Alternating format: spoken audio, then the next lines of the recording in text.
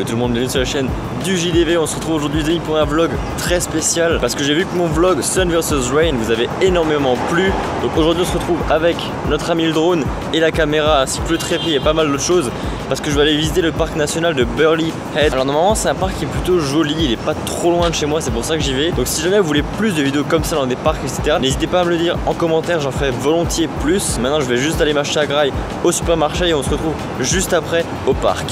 Voilà les amis, je viens d'arriver donc au parc national. Alors je sais pas du tout comment que ça va se passer. Là je viens d'arriver donc je viens de voir qu'il y a un petit chemin. Donc on va le suivre, je vais voir où est-ce que ça va mener. J'espère pouvoir faire des petits plans au drone parce que c'est pas sûr, il y a beaucoup d'arbres au-dessus. Donc j'espère pouvoir trouver un petit endroit pour pouvoir passer entre et aller au-dessus. En tout cas voilà, je vous emmène avec moi aujourd'hui, c'est parti.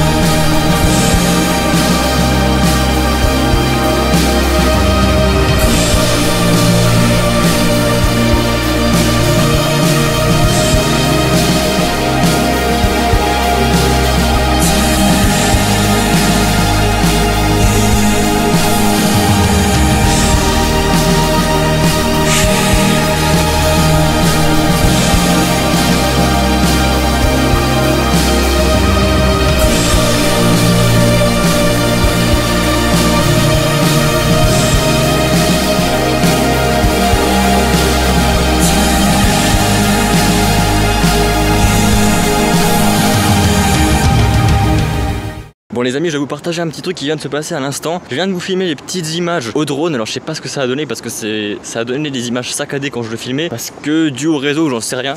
Oh putain. Désolé, c'était un petit lézard, gros à peu près de mon épaule jusqu'à mon doigt. Bref, du coup voilà, j'ai filmé ce plan drone. Et quand j'ai commencé à déballer le drone, il y a un monsieur qui s'est arrêté de, je pense, à peu près à la cinquantaine d'années. Coucou. Qui m'a dit c'est quel drone etc. Du coup on a commencé à parler et voilà, habituellement les plans de drone j'ai fait seul et je parle jamais avec personne. Là du coup il y avait quelqu'un avec moi qui m'a donné du coup 2-3 petits spots pour essayer d'aller filmer, donc je vais voir ce que ça donne, si ça donne quelque chose ou pas. En tout cas voilà, c'était hyper cool pour partager l'expérience avec quelqu'un qui a la même passion que toi entre guillemets. Je veux dire, lui aussi il filme des trucs avec son drone maintenant, c'est encore nouveau pour lui, mais je veux dire c'est quand même assez stylé de pouvoir parler de ça avec quelqu'un en plus d'étranger, parler dans une langue étrangère. Bref voilà, je trouve ça hyper stylé en tout cas. Ce style d'expérience j'en referai plus, ça c'est certain. Que vous aimez cette vidéo pour que j'en refasse d'autres ou vous l'aimiez pas, de toute façon je le referai parce que c'est un gros kiff même d'être là. Je suis en plein milieu d'une forêt australienne, il y a des animaux de partout, il y a des putains d'araignées. Au passage, pour ceux qui savent pas, je suis une grosse tapette des araignées. Je sais pas si vous avez vu le monstre que j'ai filmé avant. Alors encore, c'était pas une migale ou quoi que ce soit, mais elle avait une de ces boules sur le dos. Désolé si je m'effraie un peu à chaque fois. Là tu vois, il y a une feuille par exemple, je sais pas si tu vois. Il y a une feuille dans le vide tenue par une toile d'araignée. Alors l'une des spécialités des araignées australiennes, c'est qu'elles font les toiles d'araignée entre deux arbres. Mais il peut y avoir des fois 2 mètres, 3 mètres, voire 4 mètres entre les arbres. Et du coup ça fait que toi tu marches tranquillement, puis d'un coup tu te prends une putain de toile dans la gueule et t'as la petite araignée qui te monte sur le dos. Araignée qui bien sûr a de grandes chances d'être mortelle parce qu'il y a je crois 4 ou 5 espèces qui sont mortelles en Australie. Donc c'est super de se balader en forêt ici. Donc voilà les amis, je vais continuer de marcher, essayer de trouver d'autres spots et on se retrouve un peu plus tard.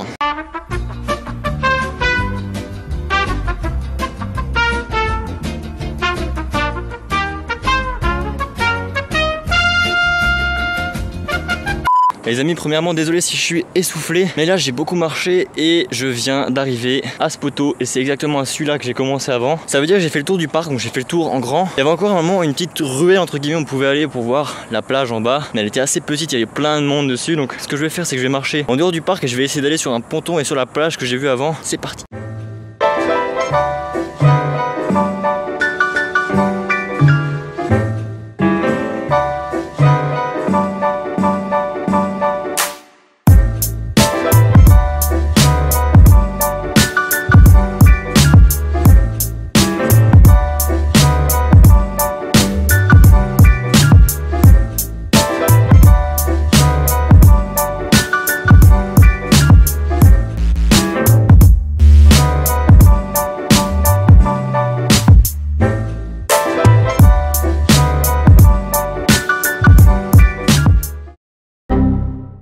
Là il est actuellement 9h07, il faut savoir que je suis arrivé vers 7h30 juste là derrière, donc c'était le parc que j'ai visité avant. Alors le seul petit truc que je trouve un peu dommage de ce parc, c'est que j'ai rien vu en fait, à part 2 points de vue qui étaient vraiment très intéressants, je dis pas. J'ai pas vu d'animaux à part des lézards et des araignées, mais je veux dire voilà, c'est vraiment très hostile et il n'y a pas grand chose à voir en fait. En tout cas voilà, je vais arrêter le vlog ici pour l'instant et je vous retrouve dès qu'il se passe quelque chose. Je suis enfin à l'appartement, donc au final ce matin c'était plutôt cool. Je suis parti 4 heures et voilà, au final maintenant je suis bien fatigué parce que n'empêche j'ai beaucoup marché sous le soleil.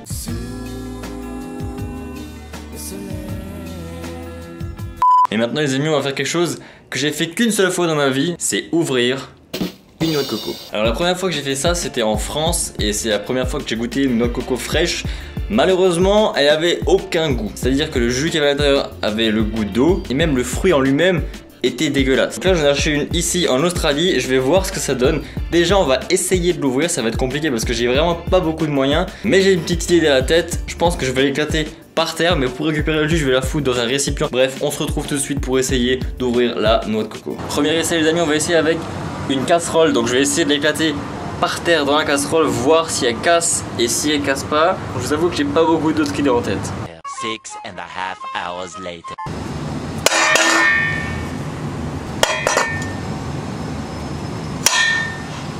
Bon, à part faire un bruit de ouf, j'ai pas l'impression que ça a l'air de la casser quoi que ce soit. Donc ce que je vais faire, je vais l'éclater par terre et je vais essayer de faire en sorte que tout le jus tombe pas par terre et essayer d'en récupérer un petit peu. Parce que là, clairement c'est impossible, dans la casserole c'est impossible parce qu'en fait elle rebondit, même en tenant la casserole c'est impossible. Donc voilà, on va essayer de l'éclater par terre sans perdre tout le jus sur le garage quoi. C'est parti. Day 2.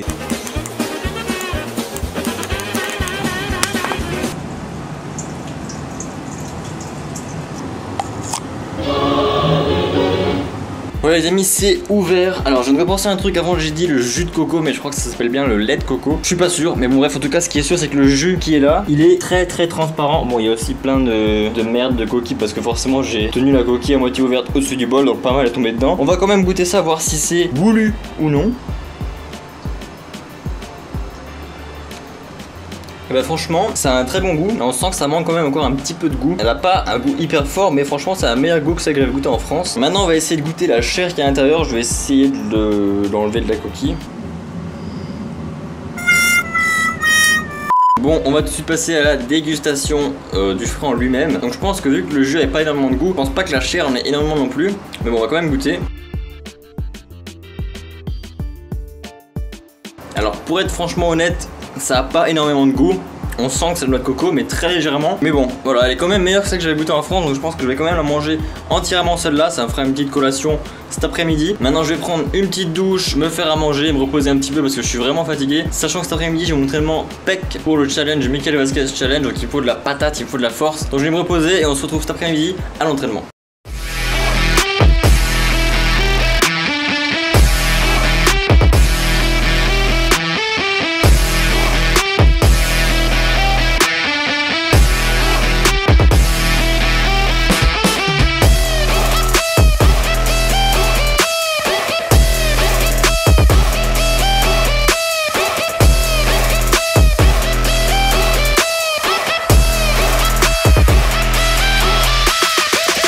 Les amis, je viens de finir de m'entraîner. Alors je vous ai montré toutes les figures qu'il va y avoir dans le combo final que je suis en train de préparer. Alors malheureusement j'arrive encore pas à toutes les enchaîner parce que ça demande chaque fois pas mal de force et j'ai besoin de me prendre entre 5 et 6 secondes de repos pour refaire une autre, que voilà j'ai encore pas assez d'endurance. Mais voilà, ça commence à ressembler à quelque chose. Alors la seule pompe qui me fait un peu galérer, c'est celle où je tape 3 fois dans les mains. Celle-là c'est celle qui me fait vraiment le plus galérer pour l'instant. Mais bon voilà, maintenant l'objectif ça va être de réduire le temps de repos entre chaque pompe afin de les enchaîner le plus rapidement possible jusqu'à arriver à aucun temps de repos. Si j'arrive à tout enchaîner avant la fin de la série, j'ajouterai certainement encore une ou deux pompes après ça, mais je veux pas m'avancer trop pour l'instant parce que là j'ai déjà pas mal enchaîné et je vous avoue que je suis pas encore prêt. Donc voilà, si ce petit vlog t'a plu, n'hésite pas à lâcher un petit pouce bleu, ça fait extrêmement plaisir, à t'abonner et à partager la vidéo si ça t'a plu. Sur ce les amis, c'est la chaîne du JDV, on se dit à la prochaine pour une nouvelle vidéo. Ciao tout le monde, see you.